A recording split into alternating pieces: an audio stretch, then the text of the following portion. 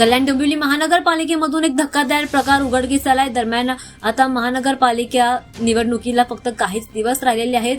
प्रचार देखील मोठ्या प्रमाणामध्ये सुरू आहे आणि त्यातच आता कल्याण डोंबिवलीमध्ये एक धक्कादायक प्रकार घडलाय।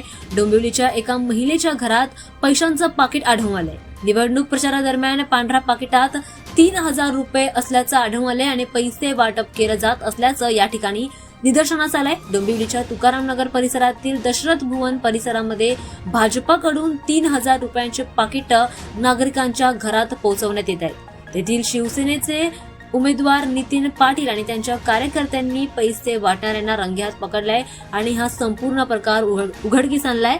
या घटनेनंतर आता निवडणूक आयोगाचे पथक आणि पोलीस देखील घटनास्थळी दाखल झालेत आणि त्यांनी यावर कारवाई देखील करायला सुरुवात केली आहे। मात्र भाजपाने सर्वाधिक जागा बिनविरोध केल्यानंतर सुद्धा महापालिकेत भाजप उमेदवारांकडून पैशांचं पाकिट वाटलं जात असल्याचं आता चर्चेत आहे। त्यामुळे राजकारणात आता वातावरण तापल्याची शक्यता अजूनच दिसून येते। दरम्यान आता कल्याण डोंबिवली महानगरपालिका निवडणुकांमध्ये शिवसेना आणि भाजपा यांच्यामध्ये युती झाली असून दोन्ही मित्रपक्ष एकत्र लढत आहेत। मात्र दोन्ही पक्ष एकमेकांच्या विरोधात देखील लढताना पाहायला मिळत आहे। त्यामुळे दोन्ही पक्षांमध्ये एक ठिकाणी स्पर्धा देखील रंगत असल्याचं पाहायला मिळतं आणि त्यातच आता हा प्रकार समोर आल्यामुळे कल्याण डोंबिवली महानगरपालिका निवडणुकांचं वातावरण जास्तच तापल्याचं पाहायला मिळतं।